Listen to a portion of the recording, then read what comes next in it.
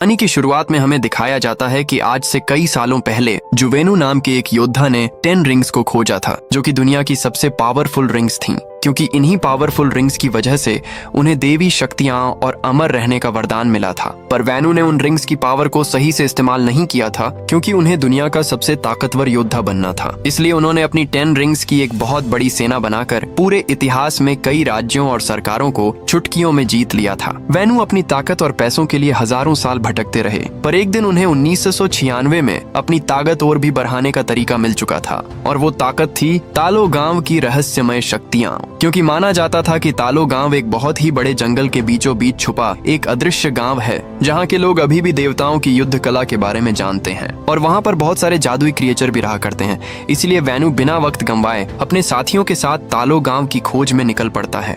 पर वे जिस जंगल के बीच से गुजर रहे थे, वो जंगल एक मायावी जंगल था, इसलिए उनकी गाड़ी सीधा जाकर खाई में गिर जाती है। पर वैनु पहले ही उन 10 रिंग्स की ताकत से खुद को उस खाई में गिरने से बचा लेता है। अब वो पैदल ही वापस उसी मायावी जंगल से तालो गांव की तरफ निकल पड़ता है। लेकिन कुछ दूर जाने के बाद उसे वहाँ एक लड़की दिखाई देती है, जिसका नाम यांगली होता है, जो कि इस जंगल की रक्षा करती है। तभी वैनु ने उससे तालो गांव का रास्ता पूछा, पर यांगली ने उसे तालो गांव का रास्ता बताने से साफ मना कर दिया और कहा, तालो गांव में आप जैसे लोगों की कोई जरूरत नहीं है। इतना सुनते ही वैनु गुस्से में आ जाता है और उन दोनों में तेजी से लड़ाई होना शुरू हो जाती है। उन दोनों में बहुत देर तक लड़ाई होती है, पर आखिर में यांगली तालो की शक्तियों का इस्तेमाल करके वैनु को चुटकियों में हरा देती है। मगर इस लड़ाई के बीच वे दोनों एक दूसरे से प्यार कर बैठते हैं। अब यहाँ से सीन कट होकर कुछ साल आगे चला जाता है, जहाँ हम देखते हैं कि उन दोनों के 2 बच्चे हुए, जिनका नाम शांगची और सेलिंग था। अब क्योंकि वैनु को अपना एक खुशहाल परिवार मिल चुका था, इसलिए उसने उन 10 रिंग्स का इस्तेमाल करना छोड़ दिया था, क्योंकि उसे डर था कि इन रिंग्स की वजह से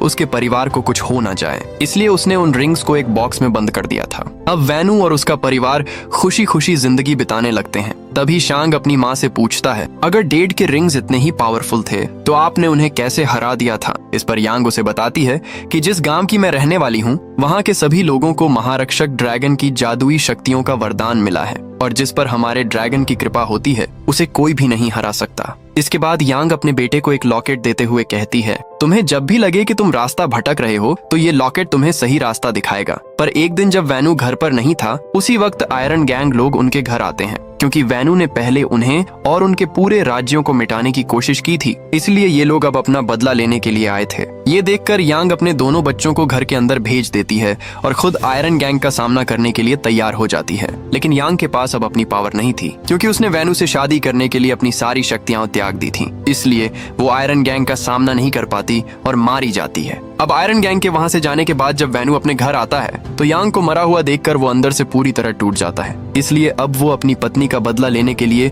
उन रिंग्स को दोबारा पहनकर दुश्मनों को मारना शुरू कर देता है। इसके बाद वो शांग-ची को भी मार्शल आर्ट की ट्रेनिंग देना शुरू कर देता है, और कुछ ही सालों में शांग-ची मार्शल आर्ट में पूरी तरह माहिर हो जाता है। तब वैनु शांग-ची को बताता है कि हमने तुम्हारी माँ के कातिल को ढूंढ लिया है। इसलिए वैनु उसे 14 साल की ही उम्र में आयरन गैंग के लीडर को जान से मारने के लिए भेज देता है। जाते जाते वैनु कहता है, जब तुम वापस लौटोगे तो फिर से 10 रिंग्स के सामने पूरी दुनिया झुक जाएगी। फिर शांग-ची अपने मिशन के लिए निकल जाता है, लेकिन वो अपने मिशन को पूरा करने के बाद सेंट फ्रांसिस शहर भाग जाता है और वहां जाकर अपना नाम शोन रख लेता है, क्योंकि अब वो एक साधारण जिंदगी जीना चाहता था। उसे अंदर से लगता था कि वो ये सब गलत कर रहा है। इसके बाद हमें प्रेजेंट का सीन दिखाया जाता है, जहां शांग सुबह जल्दी उठकर अपनी दोस्त केटी के घर निकल जाता है, क्योंकि वो और केटी पिछले 10 सालों से काफी अच्छे दोस्त थे और वो दोनों साथ में एक जगह कार पार्क करने की नौकरी करते थे। फिर एक दिन जब वे दोनों एक बस से अपनी जॉब पर जा रहे थे, तो उसी बस में 10 रिंग्स के कुछ आदमी भी मौजूद थे, और जैसे ही वे लोग शांग को देखते हैं तो तुरंत उस पर हमला कर देते हैं। दरअसल वैनु ने ही इन लोगों को शांग-ची के गले में लगे लॉकेट को लेने के लिए भेजा था, पर शांग उन्हें वो लॉकेट किसी भी कीमत पर नहीं देना चाहता था, क्योंकि अकेला वही लॉकेट उसकी माँ की आखिरी निशानी थी। इसलिए शांग गुस्से में आकर उन पर तेजी से घूंसा मार देता है, जिससे उनमें बहुत ही खतरनाक लड़ाई होना शुरू हो जाती है। लेकिन देखते ही देखते शांग सभी लोगों को एक एक करके धूल चटा देता है। पर तभी अचानक से उसके सामने एक हट्टा कट्टा आदमी आकर खड़ा हो जाता है, जिसका नाम रेजर फिस्ट था। रेजर फिस्ट 10 रिंग्स का सबसे खतरनाक योद्धा था और उसकी तलवार किसी भी चीज को आसानी से काट सकती थी। वो लगातार शांग-ची पर तलवार से हमला कर रहा था, पर शांग-ची भी अपनी ताकत और फुर्ती से उसके वार से बचता जा रहा था। लेकिन गलती से रेजर फिस्ट की तलवार की वजह से उस बस के ब्रेक पूरी तरह फेल हो जाते हैं, जिससे बस अपनी पूरी स्पीड में भाग रही होती है और ड्राइवर बेहोश होकर वहीं नीचे गिर जाता है। तो केटी ये देखकर तुरंत भागकर ड्राइवर की सीट पर बैठकर बस चलाने लगती है। इधर शांग रेजर फिस्ट से खतरनाक लड़ाई कर रहा होता है, लेकिन रेजर फिस्ट अपनी तलवार से शांग पर तेजी से वार करता है। अब शांग उसके हमले से बच तो जाता है, पर उसकी तलवार की वजह से बस के 2 हिस्से हो जाते हैं। ये देखते ही शांग बस में मौजूद सभी लोगों को तुरंत दूसरे डिब्बे में जाने को कहता है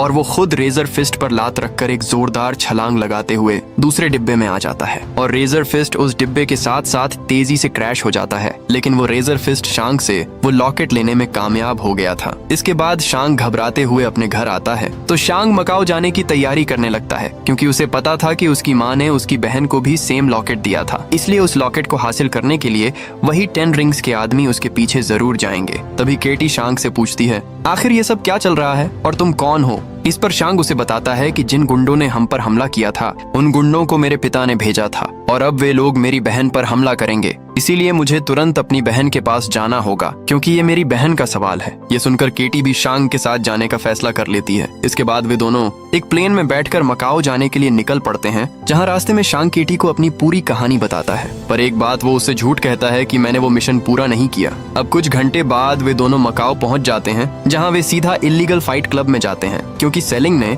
उसे जो पोस्ट कार्ड भेजा था उस पर यही का एड्रेस था। फिर शांग केटी के साथ लिफ्ट से बिल्डिंग के ऊपर जाता है, लेकिन धोखे से शांग से कॉन्ट्रैक्ट साइन करवा लिया जाता है, क्योंकि शांग ने बस में जो फाइट की थी उसका वीडियो वायरल हो गया था। इसलिए उसे फाइट के लिए तैयार करने लगते हैं, क्योंकि उनकी कंपनी डार्क वेब पर लाइव स्ट्रीम करती थी, जिस पर फाइट देखने वाले लोग बेटिंग लगाते थे। शांग जब फाइट के लिए रिंग में जाता है तो देखता है कि उससे लड़ने वाला फाइटर कोई और नहीं बल्कि उसकी ही बहन सेलिंग होती है, जो कि शांग से बहुत ही ज्यादा गुस्सा थी, क्योंकि शांग मिशन पर जाने से पहले सेलिंग से ये कहकर गया था कि वो 3 दिन में वापस आ जाएगा, लेकिन वो इसके बावजूद भी वापस नहीं लौटा और इसी बात से गुस्सा होकर सेलिंग उसे बहुत ही तेजी से मारती है। इसलिए शांग उस लड़ाई में अपनी बहन से हार जाता है। फिर फाइट खत्म होने के बाद सेलिंग जब शांग से मिलती है तो वो उससे पूछती है, तुम मुझसे क्या चाहते हो? इस पर शांग उसे कहता है, 10 रिंग्स आर्मी ने सैन फ्रांसिस के लोगों ने मुझ पर हमला किया था और वो मेरा लॉकेट ले गए, इसलिए अब वे लोग तुम्हारे पास भी आएंगे, क्योंकि माँ ने मुझे जो लॉकेट दिया था सेम वही तुम्हारे पास भी है और हमारे पिता हमारे लॉकेट से कुछ गलत करना चाहते हैं। तब सेलिंग उससे कहती है,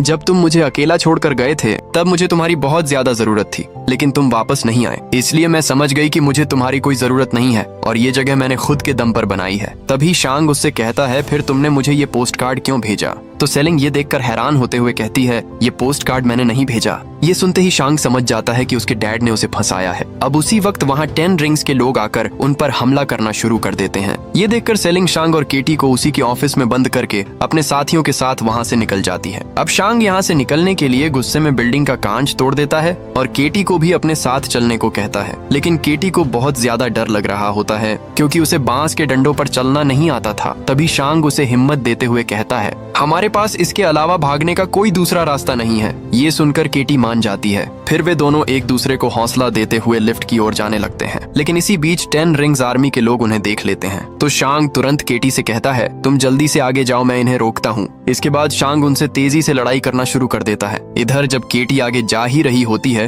तभी उस पर एक फाइटर हमला कर देता है, जिससे वो नीचे गिरने ही वाली थी कि तभी बीच में ही सेलिंग आकर उसे बचा लेती है। फिर सेलिंग और शांग उन लोगों से तेजी से लड़ाई करना शुरू कर देते हैं। तभी शांग सेलिंग से कहता है, तुम तो हमें मरने के लिए छोड़ गई थी। इस पर सेलिंग कहती है, अब तो तुम समझ गए होगे, जब मुसीबत के वक्त तुम्हें कोई अकेला छोड़कर चला जाता है तो कैसा लगता है। फिर वे दोनों मिलकर सभी लोगों को एक एक करके धूल चटा देते हैं। तभी 10 रिंग्स आर्मी का सबसे खतरनाक आदमी डेथ लीडर आ जाता है, जो सेलिंग पर हमला करके उससे वो लॉकेट छीनकर वहां से भागने लगता है। ये देखते ही शांग तेजी से उसका पीछा करना शुरू कर देता है। इधर डेथ लीडर जैसे ही हेलीकॉप्टर पर छलांग लगाने ही वाला था कि तभी शांग वहां आकर उसे भागने से रोक लेता है, जिस वजह से उन दोनों के बीच तेजी से फाइट होना शुरू हो जाती है। लेकिन शांग के अंदर कई सालों का गुस्सा भरा होता है, क्योंकि डेथ लीडर ने कई साल पहले उसे बहुत टॉर्चर किया था, इसलिए शांग गुस्से में उसे पकड़े